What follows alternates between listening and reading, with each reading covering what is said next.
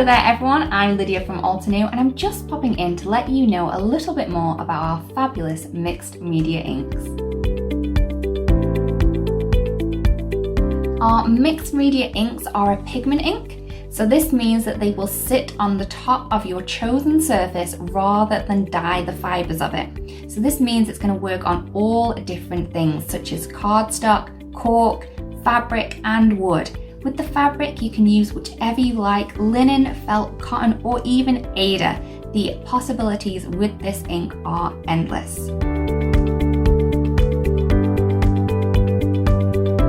You don't even have to use these to stamp with them. You can also use these with your stencils and an ink blending tool to create beautiful inked effects on all of your chosen surfaces. So using these with stencils is a great way to add these intricate designs to your projects quickly and easily.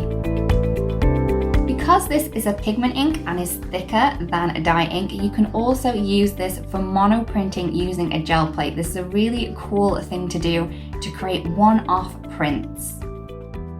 As our mixed media inks are water-based, they react with water. So this means you're going to be able to do some watercolour painting with them and also blotting. So blotting is when you finish your watercolour painting, add a little bit of water down, this will react the ink again, and then you can remove the colour using a paper towel. As these inks dry slower than our dye inks, they are perfect for heat embossing. You can simply stamp your image, use a little bit of embossing powder over it, and then heat set.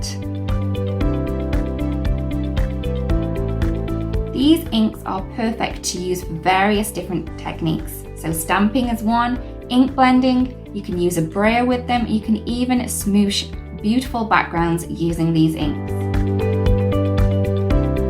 So as I touched on before, these will work on lots of different fabrics.